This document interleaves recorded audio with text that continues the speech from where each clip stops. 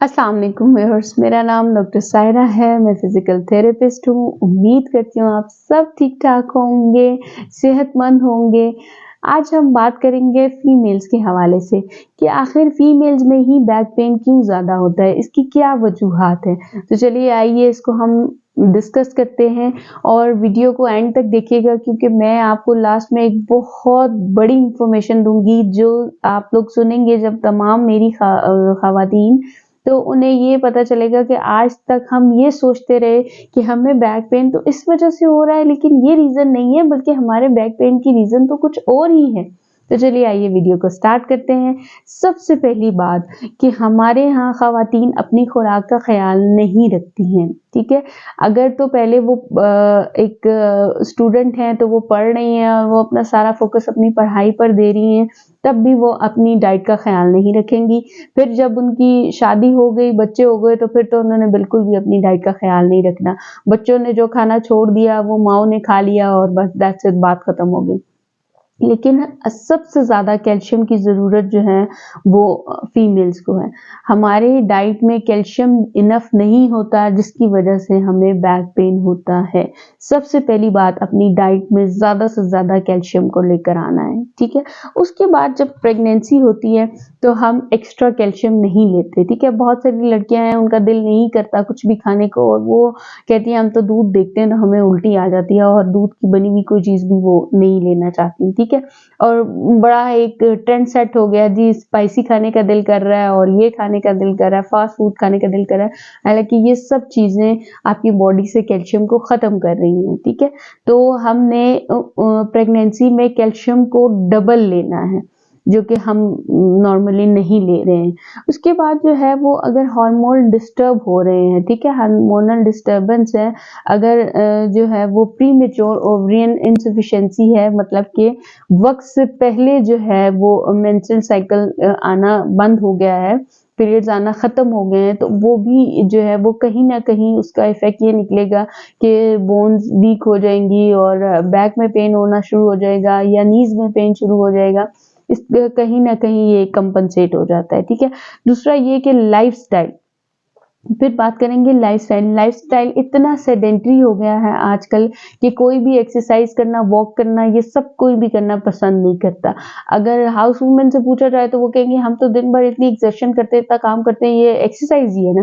लेकिन ये एक्सरसाइज नहीं है, ये थकावट है। ये आप अपने आप को थका रही हैं, ये आप मसल से कोई आप पॉजिटिव वर्क नहीं ले रही हैं अपने मसल से, ठीक है।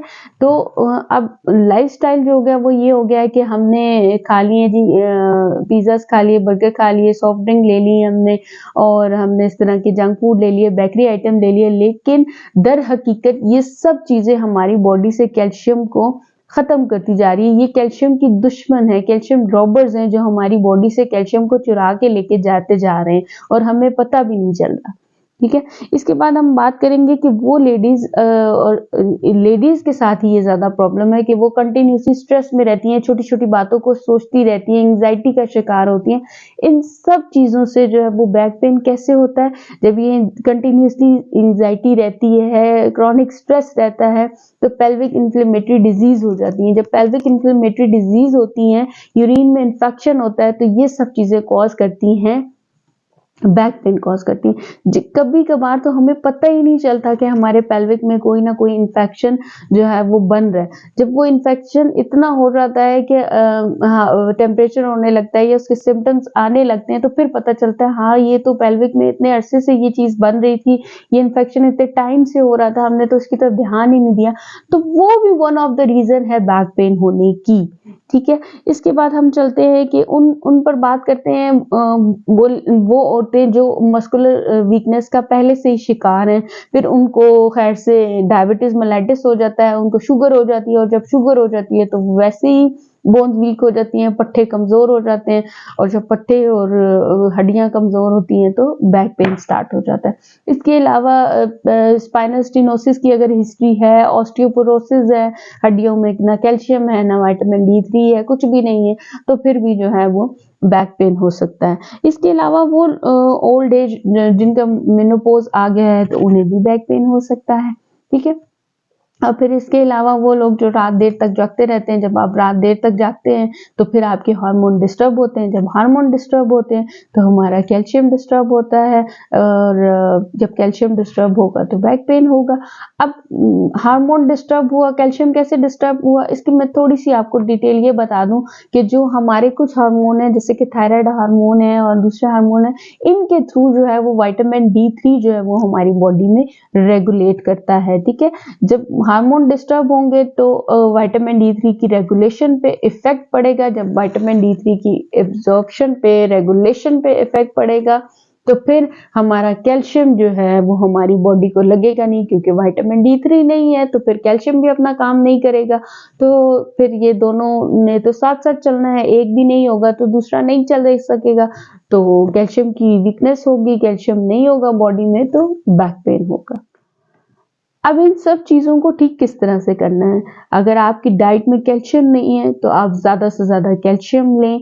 कैल्शियम की कमी है, कैल्शियम किन चीज़ों में है हम सब जानते हैं। कैल्शियम जो है वो दूध में है, दूध की बनी हुई चीज़ों में है। अंडा लें और पनीर लें, फिश खाएं, उसमें प्रोटीन है, कैल्शियम भी है।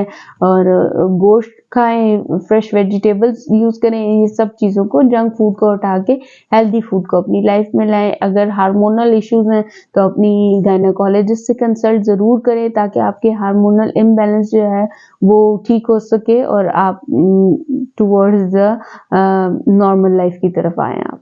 इसके बाद जो है वो, अगर पोस्चर आपका डिस्टर्ब है तो अपने पोस्चर को ठीक करिएगा। अपने पोस्चर पे ध्यान दें। एक हाउस होल्ड वुमेन है या वो लड़कियां जो ऑफिसेज में काम करती हैं, बैंक में काम करती हैं, वो सारा दिन उनका स्क्रीन के साथ इन टच है, तो वो अपना पोस्चर किस तरह से रखती हैं। अगर वो चेयर पे बैठी हैं तो क्या उन्होंने बैक सपोर्ट ली हुई है, नहीं ली हुई। और अगर वो लेडीज हैं जो C सेक्शन के बाद जो है वो अपने बच्चे को कैरी कर रही हैं, तो क्या उन्होंने बैक बेल्ट का यूज किया, क्या उन्होंने वो तमाम प्रिकॉशंस इस्तेमाल किए कि हमें किस तरह से अपने बेबी को लिफ्ट करना है, या हमें अगर कोई वेट उठाना है तो उसकी क्या प्रिकॉशंस है, किस तरह से वेट को उठाना है। ठीक है, ये तमाम चीज़ों की हमें एहतियात रखनी है। ठीक है, और अगर कोई भी इन्फेक्शन है हमारी बॉडी में, उस इन्फेक्शन को भी कवर करना है। और एक बात याद रखें कि प्रेगनेंसी में तो हमने डबल कैल्शियम लेना ही लेना है, लेकिन प्रेगनेंसी के बाद जब तक एक मदर जो है वो अपने बच्चे को फीड करा रही है तब तक वो कैल्शियम लेती रहेगी। ये नहीं कि आपने बेबी डिलीवर किया और उठा के अपनी सारी जो है वो कैल्शियम की और विटामिन की दवाइयाँ फेंक दी। इसके अलावा वो ओल्ड एज लोग जो मेनोपॉज में चले गए हैं, उन्होंने कैल्शियम लेना, उन्होंने विटामिन D3 लेना, उन्होंने अपनी मल्टीविटामिन्स लेना, और उन्होंने अपना जो है वो एक्सरसाइज को करना। ये सब नहीं भूलना, ये अपनी रूटीन में रखना। एंड लास्ट और लीस्ट नहीं, ये बात कि बहुत सारी लेडीज ये सोचती हैं कि जब हमारा C सेक्शन हुआ था तो जो कमर में हमें इंजेक्शन लगा था, ये बैक में तो हमें उसी की वजह से।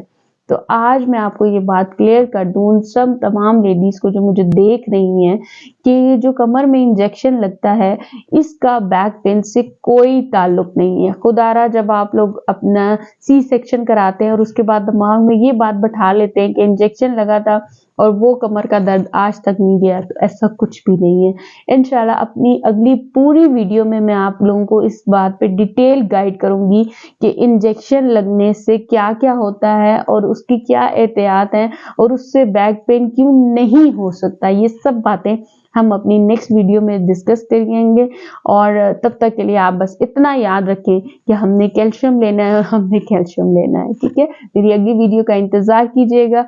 मिलते हैं अगली वीडियो में इस टॉपिक के साथ कि हमें एपिड्यूरल लगवाना चाहिए, इससे हमें बैक पेन नहीं होगा। ठीक है, तब तक के लिए अपना ख्याल रखिएगा। अल्लाह हाफिज।